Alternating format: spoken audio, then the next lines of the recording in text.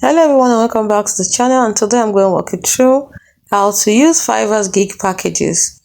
Now, to do this, what you have to do is number one, offer 3 tiers, that is the basic, standard, and make sure you put in front of it that is the most popular, and the standard is the most popular, and then the premium plan or tier. So the second thing you need to do is upsell value, that is higher packages equals more features. For example, faster delivery, extra revisions, or bonus files. Then the third thing you need to do is price smart.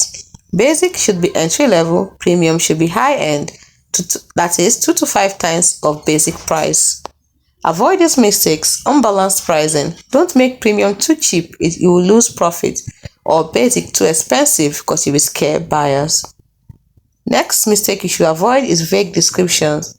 Clearly list what is included. For example, 3 revisions, source files. Now, the third mistake people make is ignoring extras. Offer add-ons. Always offer add-ons like 24-hour delivery, extra revisions for more earnings. Pro tip: test different pricing structures and track which package sells best. For example, basic can be simple edit for $20, standard can be edit plus SFX for $80, which is the best seller, and premium can be edit plus SFX plus thumbnail or thumbnail for $200.